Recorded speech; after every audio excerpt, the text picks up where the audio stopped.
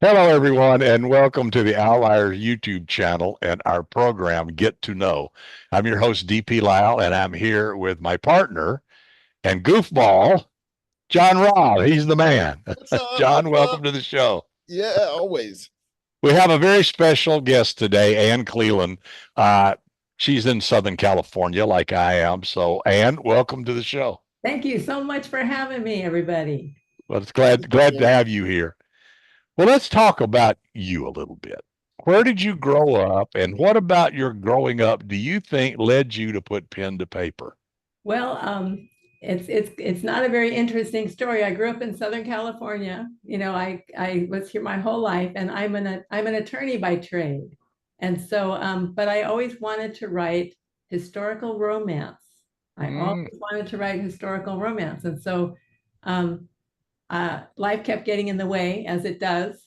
And then when my last child left for college, I started quite late. When my last child left for college, I had empty nest syndrome, and I had that moment of truth that I think all of us as writers do, where you look in the mirror and you say, are you going to regret this if you don't at least give it a try? And so I did. I thought, I'm going to get serious. I'm going to start writing a historical romance. And so I'm plotting it out, having a rough time, rough sledding, trying to get my first plot down. So I joined an organization called Romance Writers of America. I joined the local chapter, and one of the very first speakers I saw was the great and mighty Doug Lyle. Oh, really? Oh, God. At the Orange County chapter back in the day. Do you remember speaking? Oh, yeah, several times, but I do remember that, yes. You spoke on descriptive writing, and of course you were brilliant and taught me everything I know.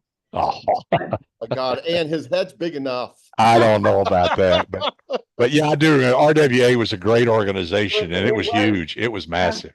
Yeah. And then they decided to strangle themselves to death. So it's kind of, it's not there anymore. But then one of the other speakers at that organization was a historical romance writer named Stephanie Lawrence. And this audience probably hasn't heard of her, but she is very successful. Wrote a million historical romances, and I read every single one. And so she came to speak, and someone in the audience asked her, how do you get all these ideas for your books? And she said, I don't have an idea, and I don't think of a plot as much as I picture a scene. I picture a scene between two people, and I write that down. And she said, a lot of times I don't know who those people are yet, but I write the scene, and sometimes I have to put it in a folder and save it for later because it's nothing I can use. But that's how I do it.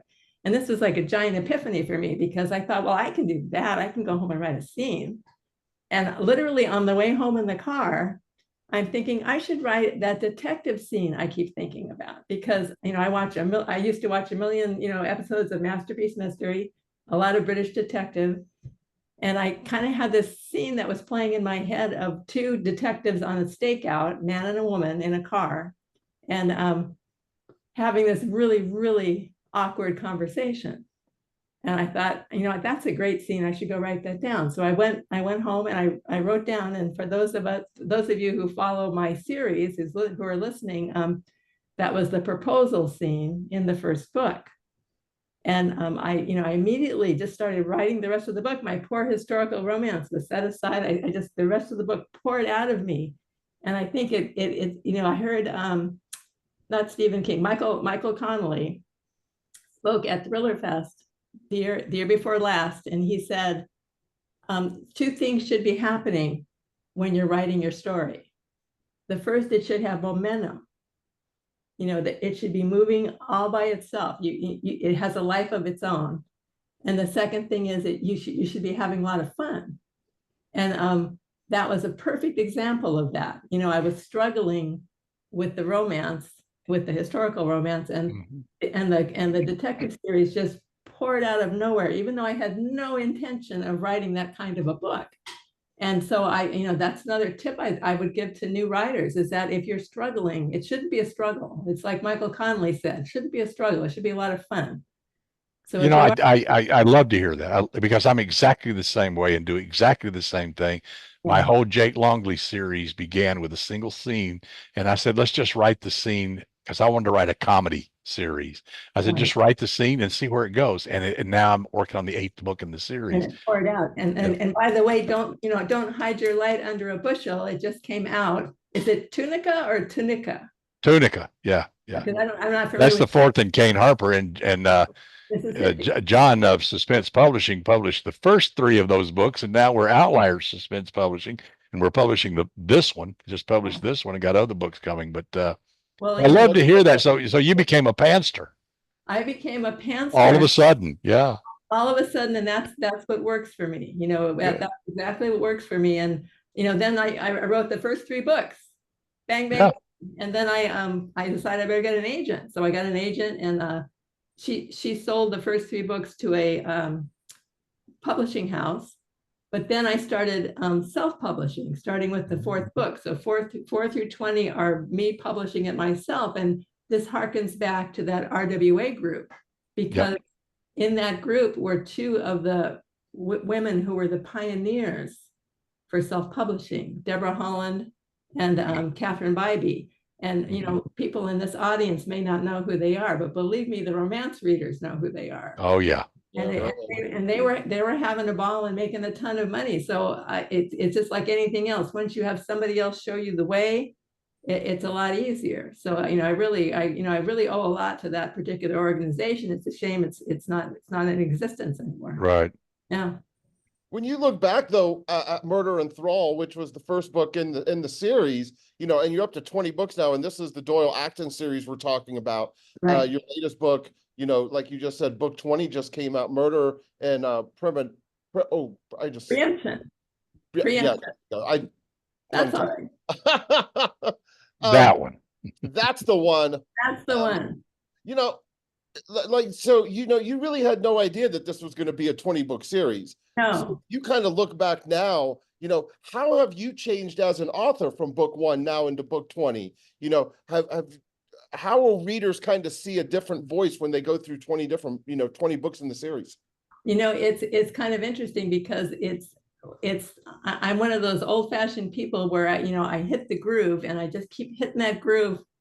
It's like the running back, you football people. It's like he hits the A gap every time until they start closing it, right? And yes, that's what I'm doing. I'm just the only thing is it's a little harder now because this is a complicated story with a lot of moving parts. And the readers expect certain conversations in the story. So I always got to hand the readers what they want.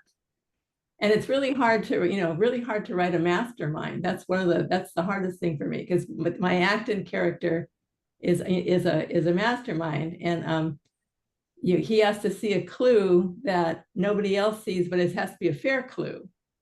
It's like dog, it's like the dog that did not bark in Sherlock Holmes. It's that kind of thing. And so I have to come up with a clue that he sees, and then later on the reader doesn't roll their eyes. They go, oh yeah. And that's very hard to do.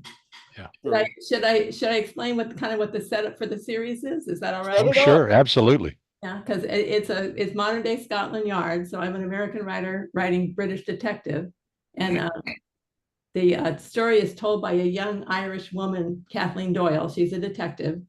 And she is, as a rookie at the beginning, she's paired up with the famous Chief Inspector Acton. And Acton is kind of a folk hero because he's reclusive and brilliant and solves a lot of high profile homicides. But she comes to realize that the reason he solves the high profile homicides is because he's manipulating the evidence, and he's not above committing the occasional murder if he thinks that is warranted by the circumstances. And she's horrified because she's Irish Catholic, sees the world in right and wrong and good and bad, and the Acton character is much more shades of gray and trying to get to the least worst outcome.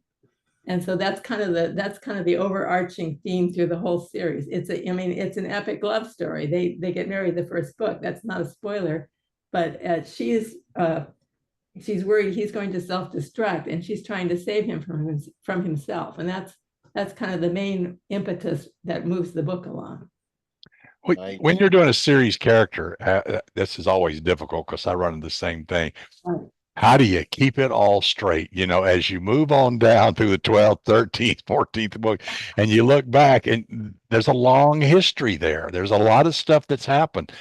Do you Right. have a Bible, so to speak, you know, that they say that you keep all that data in, or You do know, you have to go back and search past documents or all of that?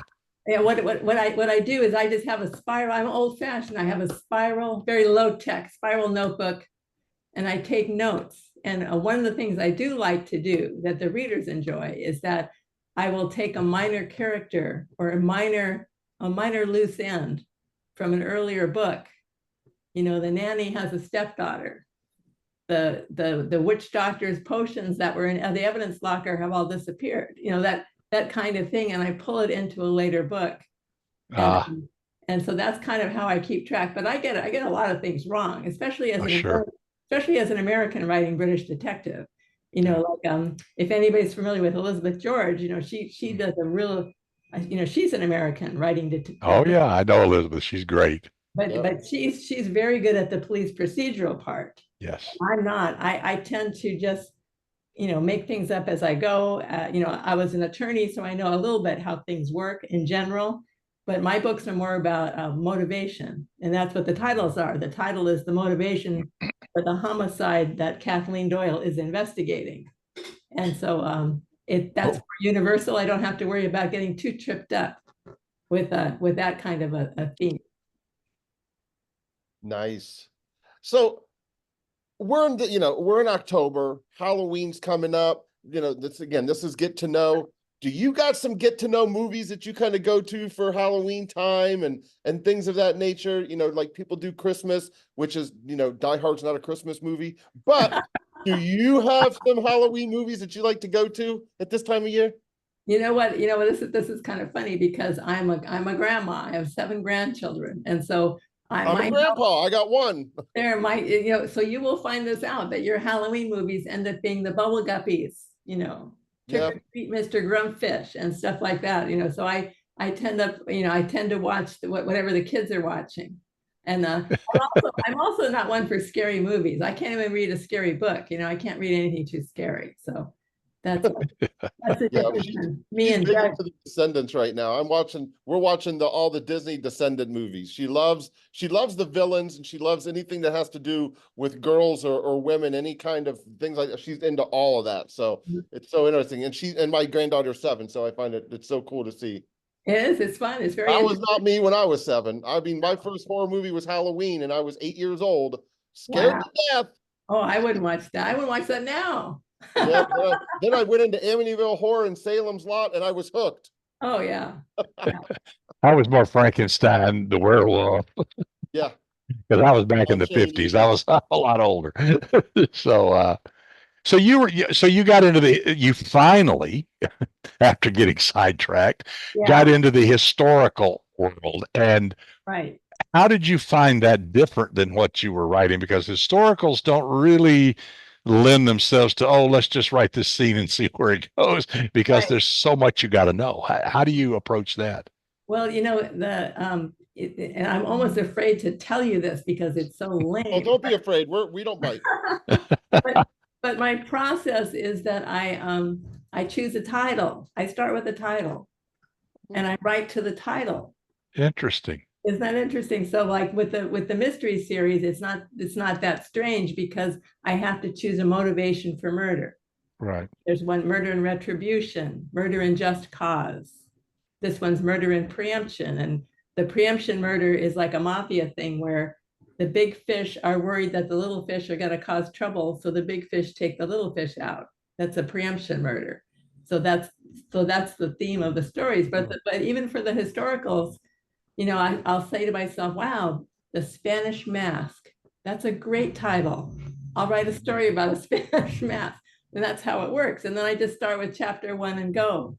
Although I will say that I'm old school where there's a big romance element in the historicals. And I'm a firm believer that you have the couple meet in the first chapter. And with the murder mysteries, I'm a firm believer that you've got to have a homicide in the first chapter because that's the inciting incident for both of them. So that's the only thing I really worry about. And other than that, I just start with chapter 1 and see what happens, see what comes out. Well, in your historicals, how far back do you go? I mean, Yeah, is there a certain what time? what history are we talking about? Well, it's very specific, and I don't want to get too much in the weeds because everybody's eyes will glaze, but it's 1814 is the year. Okay. And it's Napoleonic spies. And they're all standalones, but there are recurring characters because what's happening in 1814 is Napoleon is in exile. He's been captured, but he's gonna escape. He's gonna escape. And everybody's, it's been 8 years of war, and everybody is sick of it, and everybody in Europe is broke. And Napoleon escapes, lands in the south of France, and the king says to the army, go seize him. And the army runs down, and Napoleon says to the army, let's get the band back together. And the army exactly. Army goes, that's awesome. And they march on Paris, and the king has to flee. I mean, that's what actually happened. You couldn't make that up. And so so I'm in the year in between when he's in exile, and that's going to happen. And everybody, everyone's trying to get their hands on money. And that's the setup for the historicals. They've all got the same theme. It's 1814. And the good guy. Was that when he was in Elba? Right. Yeah. And the good guy. Then he ended up in like Mallorca where he died or something like that. I forget. Probably of lead poisoning, interesting enough, off the they found out off the paint on the wall, the wallpaper, after the first time around, you think that they would have, hung him or something, but it's interesting that they didn't, so that's very interesting to me, because that's a big hinge of history. A lot of World War I, a lot of what's happening now in Europe all started right then. And so that's why it's very interesting to me. So, people forget there were actually 2 Napoleonic Wars. Oh, yeah. He came back. Wait a minute, he's back. Wait, where did this guy come from? It's so extraordinary to think that everybody glommed onto this figure. So I always have a heroine. My books always have a female protagonist. And in the historicals, there's always a hidden identity. I love that trope, and it's in my mysteries too. There's people that are not what they appear to be. And I think that's very intriguing for the reader. So those of you who are new writers who are listening, think about the hidden identity. Harry Potter is the most obvious one, or Superman, or that kind of thing. But the readers love it when somebody is a lot more important than they seem. Because I think everybody identifies with that. Everybody wants that, So I always like to have a hidden identity in all my stories. So what's next for you? What are you working on now? It's very, like I said, I'm the linebacker going through the A gap, and I'm going to do the next. Doyle and Acton is going to be Murder in Mercy, and there's always some foreshadowing for the next book. I'll say there'll be a conversation amongst the detectives where somebody's saying, it's a mercy killing. And then they say there's really no such thing as a murder in mercy. There's always a selfish element to a mercy killing. And I have to come, I don't know what it's going to be yet, but I'm going to have to come up with something where it's purely merciful to be killing somebody. Yeah. We'll see what happens, So speaking of stories, I'm just curious to know, do you have any funny stories that happened to you, like at a book signing that, across the years or anything like that, you can share? I have the greatest story in the world in that I have. Oh, well, there we go. Set that one up. Set that one up. Let's go. Knock it down in the A gap. My daughter's father-in-law, so the other grandfather, was a big Jack Reacher fan, and love those books. So I was at a Thriller Fest, and I got a hardback of the latest, Lee Child's book. And I'm going to have Lee Childs sign it for Mal for his birthday. And this is going to be the greatest birthday present ever. And so I'm waiting in line, and Lee Childs is late because Lee Childs doesn't have to be on time, right? God bless him. And so, but Michael Connelly is sitting there, and I said, would you mind signing Lee Child's book? And he says, sure. and he's got his, I said, it's for Mal's birthday. And he's all, happy birthday, Mal. And he signs it, Michael Connolly. And then Harlan Coben walks by and says, what have you got there? And I said, well, I'm having everybody sign the book because Lee Childs isn't here. He goes, I'll sign it. So he draws balloons, happy birthday, Mal. And then Lee Childs comes and he's laughing and he signs it. But to me, that's a very good example of That's wonderful. Of how nobody's really competing with each other. I think Exactly. writers in particular are very supportive of each other. And it was hilarious. And so I told Mal, I think you're the only person on earth that has a book signed by these three people. Oh, absolutely. That is funny. Isn't that So funny? how do people reach you to find out about your stuff and buy your books and And all get of an that? autographed copy of yours. And yeah, Exactly. Well, I have, my website is my name, AnneCleeland.com. I always tell people it's like Cleveland without a V. So Right. it's always very confusing to people because there's a Jane Cleeland who doesn't have two E's, but I Right. have two E's. And you can find my books, just, come to my website. There's a contact page. I always tell people, that it's probably best to start at the beginning of the series, just because every story builds on every other story, and there's necessarily spoilers. I don't know how people stop doing spoilers, but I can't do it. So there are always spoilers in my stories. But on the other hand, you can pick up any book in the series and you kind of get an idea of what's going on. Kind of. Yeah. Cool. Nice. Well, this has been fantastic. Thank Yes. you very, very much. I really enjoyed this. Thank you so much for having me. Yeah. And people go out there and buy her books, go to the website and see everything that Anne is up to. Show the book again. Yeah. Let me do that and go to her website. Look all of her books up. She's got a ton of them. Yeah. And I've read one of these, but I want to look at the historical stuff. So do I. I like historical stuff. and especially if it's Napoleonic age. I mean, Right. that's such a wild time in France. It's just unbelievable. Yeah, Basically set up the revolution. There's a lecture series. There's a lecture series, I believe, from Great Courses just about the year 1814. Well, see, that's why I love it. It is such a year. Yeah. And like It was pivotal. You couldn't make it up, No. And meanwhile, people are inventing microscopes and are inventing steam engines and the world it's the Industrial Revolution, and it's really, really interesting, an interesting time. So that's why I chose it. And we were just finishing the War of 1812. It was, exactly. The Battle of New Orleans was the year later. Yeah. So it was crazy. Yeah. Very interesting. Very, very heroic men too. There was Nelson and all that. There were a lot of big hero, Wellington, a lot of big heroes at that time. And that's another thing that's kind of interesting is that in 1 year there was a lot of very, very appealing and interesting people living. Amazing what can go on in 365 days, right? Yeah, exactly. Well, thank you again. We really appreciate it. This has been wonderful. And we look forward to having you back down the road because this has been just a treat. So thank everyone for watching. This has been Get to Know on the Outliers YouTube channel. And we will be back with more great interviews. So hang in there and keep rolling. Well, thank you, Doug. Thank you, John. Thank you, Anne. Pleasure. Bye-bye. Bye-bye.